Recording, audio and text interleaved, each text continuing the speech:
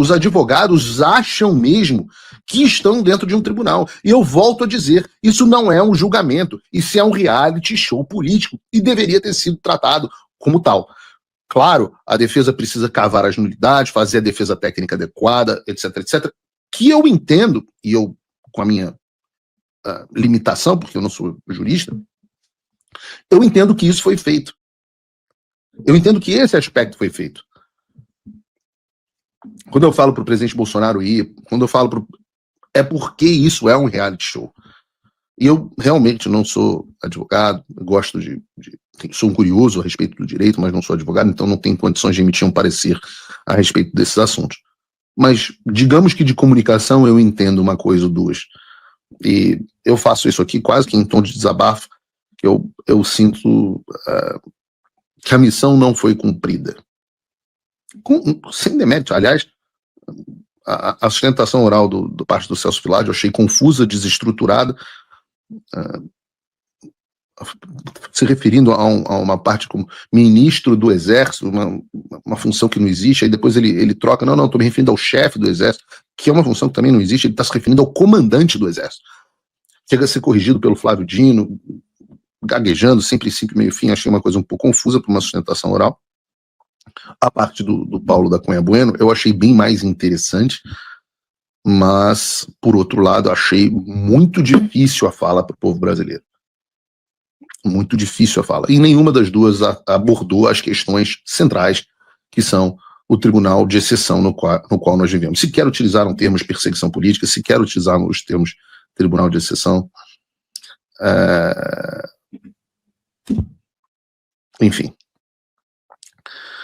Estamos aí. O que nós tivemos?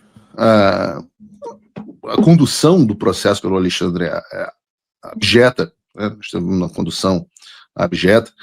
Um Alexandre de Moraes dizendo que não vai ceder a pressões externas e internas, chamando a nossa ação aqui nos Estados Unidos de uma tentativa covarde e traiçoeira, que é um recado aos Estados Unidos, ao governo Trump. Recado, aliás, que foi respondido pelo Jason Miller, que tinha anotado o que o Alexandre havia dito e que seria sábio para ele e o STF saberem que os Estados Unidos não negociam com terroristas. Eu recomendo ao Alexandre, por favor, continue provocando o governo americano. Tivemos ontem o apóstata Paulo Gonet, e a gente vai falar sobre ele logo mais, admitindo que ele não tinha absolutamente nada. Ele abre a alegação final, não sei como é que se chama isso no processo, a sustentação oral dele, dizendo que ele basicamente admite. Ele começa dizendo, olha, eu não tenho nada de concreto contra o Bolsonaro, eu não tenho nada de concreto contra os demais réus, mas nós temos um monte de fatos isolados que, se a gente pegar isso, pegar alegações, hipóteses, conjecturas circunstanciais, amarrar tudo com um barbante, você consegue uma condenação de todo mundo pelo conjunto da obra. Né? Aliás, nós tivemos também a TV Justiça me citando, dizendo que eu não tive o suposto caso contra mim analisado porque eu estou fora do Brasil, o que não é verdade. Você pode ter o caso analisado fora do Brasil. Eu não tive o meu caso analisado porque o Alexandre está se negando a me intimar pelos meios legais. Mas, fora isso, não tem tantas novidades no julgamento. Por isso, eu acho que vocês estão saturados com isso. Nós tivemos... O processo vai seguir, agora nós temos a fase mais interessante que vai começar na semana que vem, ao que tudo indica, com a leitura dos votos. Não temos grandes surpresas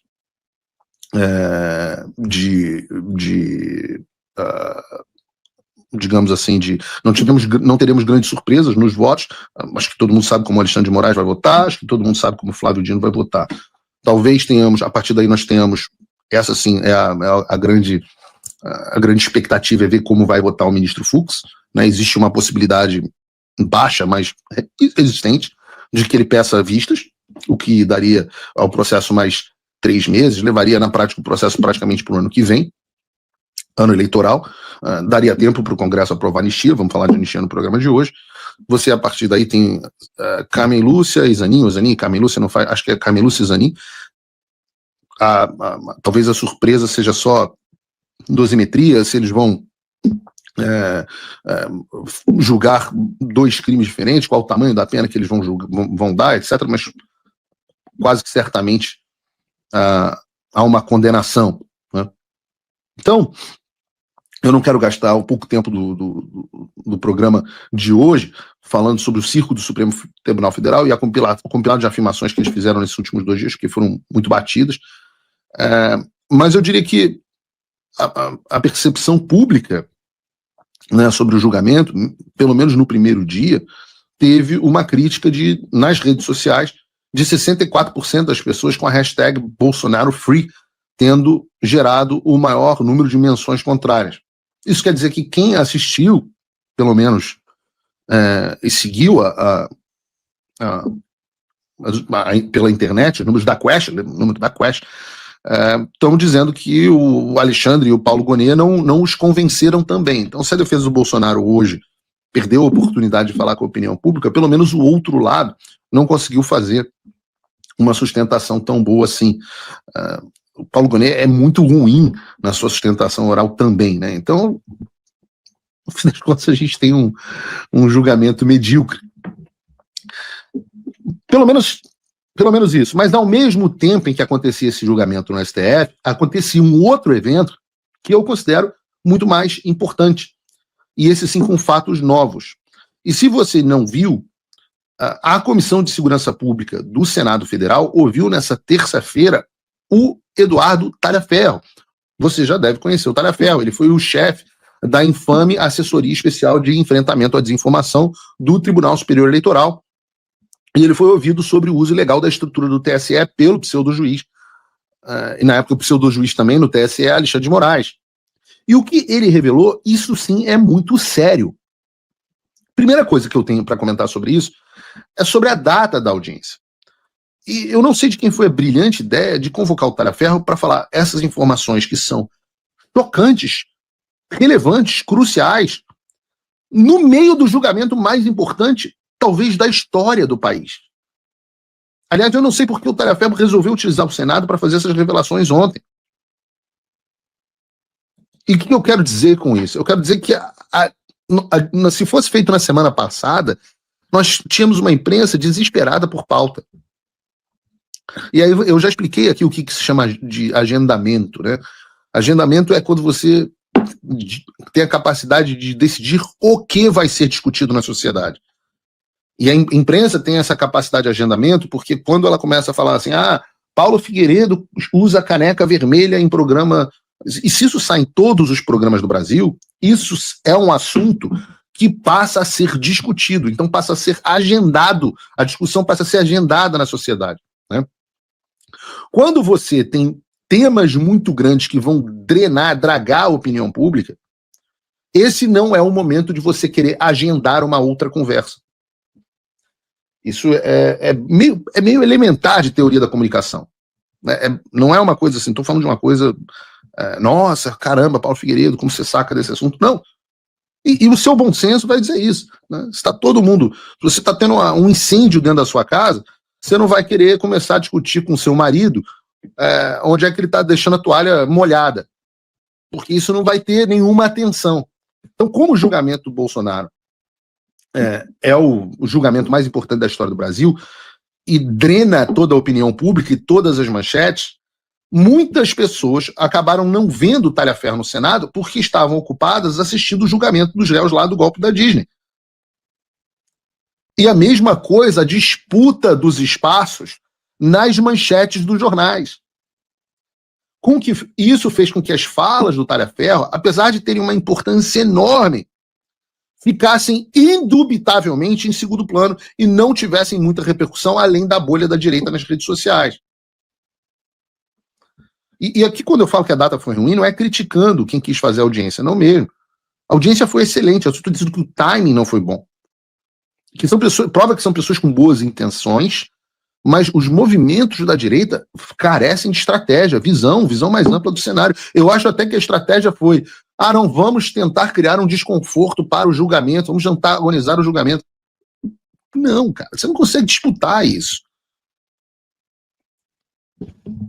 Por isso eu vou usar aqui o Paulo Figueiredo Show, pelo menos um pedaço disso, para falar sobre alguns pontos elencados pelo Talhaferro, porque eles são importantes. Me parece que um dos pontos mais relevantes expostos pelo Talhaferro é a questão da produção da documentação que baseou diversas ações do pseudo-juiz Alexandre de Moraes. Vejam, por exemplo, o que ele mostrou sobre aquele famoso caso dos empresários, lembram? Dos apoiadores do Bolsonaro, que foram alvos de busca e apreensão por causa de mensagens trocadas no WhatsApp. Vejam esse vídeo aqui. Aconteceu antes daquilo. Bom, agora de fato eu vou contar a verdade aqui, e se quiserem eu posso abrir e mostrar. E são dois fatos bem graves. É esse fato e o fato do procurador, atual procurador-geral da República, que inclusive está sendo reconduzido ao cargo. Tem que ser nesse momento tratado aqui. O que aconteceu naquele período? Apareceu a matéria do Amado, se não me engano, no dia 18 ou dia 19. 17 de agosto, foi a matéria, a busca foi dia 23. Exatamente, uma coisa mais ou menos, eu tenho um pouco lembrança da data. E o que aconteceu de grave naquilo? E de fato, sim, ele se baseou somente naquela matéria do Amado no Metrópolis. Ele pediu naquele dia que fosse feito, através dos auxiliares, que fosse feito a matéria, a análise daquela publicação, retirado dali aquelas conversas que estavam na matéria do Amado, e mas tentado identificar uma coisa ou outra, o que não era possível, porque se tratava de conversas de grupo privado. Isso sim seria um ato criminoso da minha parte se eu fizesse, e colocar no relatório para que ele pudesse encaminhar à Polícia Federal, ou seja, ele já tinha decisão, somente para ela cumprir o que ele queria. Bom, eis que aconteceu aquela apreensão, ela era para acontecer numa segunda-feira, se eu não me engano, ela aconteceu numa terça, ele estava desesperado para que aquilo acontecesse, e não foi na terça, e surgiu naquela semana uma forte repercussão da mídia, que todo mundo estava brigando, dizendo que, olha, que absurdo, foi feito somente com base nas matérias, na matéria jornalística do Amado, não sei o quê. Sim, de fato, foi feito somente na matéria jornalística do Amado. Quando chegou próximo de sexta-feira, foi pedido para mim, através do Ayrton Vieira, eu tenho aqui não só a última conversa com ele, porque as anteriores foram apagadas, e daquele momento que eu vi que tinha algo errado, eu comecei a manter dali para frente, foi um pedido através do Alexandre de Moraes para que se construísse um ambiente, uma história.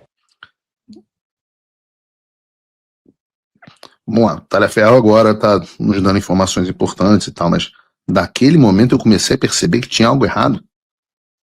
O programa aqui de semana passada eu estava mostrando ele, kkk, vamos ferrar esses caras, bababá, babá. Um monte de absurdo, usa criatividade, não sei o que. Naquele momento ele percebeu que tinha alguma coisa errada. O que acontece aqui, o Ayrton Vieira, ele não tem qualquer familiaridade com o computador, ele não sabe usar o computador, e ele precisou da minha ajuda para montar aqueles mapas mentais que foram abertos numa segunda, numa terça-feira, quando Alexandre de Moraes tirou o sigilo do processo, para dizer que existia uma investigação preliminar. Então foi encaminhado para mim as PETs, circuladas essas PETs, quais os objetivos, quais os dados que ele queria que colocasse nos mapas mentais, foi pedido para que se confeccionasse um parecer, um relatório com data retroativa, e eu assinando pelo Supremo Tribunal Federal, ao qual eu não era nomeado, foi pedido para fazer toda essa história encaminhada para o Ayrton, para que o Ayrton, dentro do processo físico, fizesse da forma que ele acha. E eu acredito que foi feito colocado isso anterior. Então não existiu. Se quiserem aqui, eu compartilho esse material, eu compartilho um cronograma, para que vocês olhem a data que esse material chegou em minhas mãos, a data que essas PETs chegou circuladas, a data que o mapa mental, que todo mundo da imprensa viu no dia que ele tirou, foi confeccionado. Por favor. Se o senhor puder mostrar para a gente aqui, porque enquanto o senhor está preparando aí para mostrar para nós, pelo que eu entendi, há uma matéria jornalística, o ministro Alexandre de Moraes dá ordem para essa assessoria de combate à desinformação produzir algum relatório, ele determina a busca e apreensão somente com base na matéria de jornal, sem saber se aqueles diálogos eram verdadeiros ou não, se tinham autenticidade ou não. Depois, o outro desembargador, que é a juiz auxiliar dele, pede ao senhor Eduardo Talhaferro para ajudá-lo a confeccionar um novo fundamento da decisão, é isso? Exatamente, senador. Então o senhor consegue provar que o fundamento para a busca e apreensão foi feito depois da busca e apreensão. Então houve uma fraude no documento, é isso? Exatamente. E isso me deixou um tanto quanto preocupado e entendi porque todos os processos são físicos e ele só tira o sigilo no momento que ele acha interessante e nas peças que ele acha interessante. Vocês estão entendendo? O Guilherme Amado, no dia 17 de agosto de 22, publicou a seguinte matéria. Exclusivo. Empresários bolsonaristas defendem golpe de Estado caso Lula seja eleito. Veja as apps. Nessa matéria, o Guilherme Amado diz que empresários apoiadores do presidente Bolsonaro estavam defendendo um golpe de Estado caso Lula fosse eleito, e aí ele apresenta alguns supostos diálogos desses empresários. O Alexandre lê a matéria e, com base apenas no que escreveu o Guilherme Amado, ele manda a Polícia Federal na casa de todos esses empresários. Sem prova, sem investigação, sem devido processo legal, sem nada além da reportagem de um jornalista medíocre, que trouxe diálogos que ele sequer tinha como saber se eram verdadeiros ou não. Entendem por que é pseudo-juiz?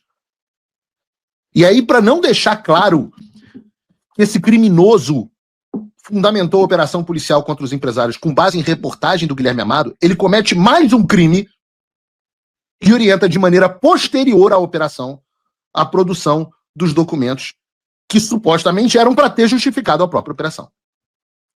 Já de posse desses documentos, ele vira para a mídia e para o STF e diz que esses documentos é que foram a base na operação. Vocês estão entendendo isso? O cara primeiro manda a Polícia Federal na casa dos caras, inicia uma devassa na vida financeira deles, e depois ele manda a equipe dele preparar um relatório com uma data forjada, falsa, fraudulenta, para dizer que ele tinha base para perseguir esses caras. Eu não sei vocês, mas para mim, juiz que adultera data de documento e forja prova retroativa para perseguir opositores políticos é, na verdade, bandido. Bandido e mafioso. O Brasil precisa ter coragem de dizer: Alexandre de Moraes, você é um bandido. Você é um criminoso. Você é um pseudo-juiz.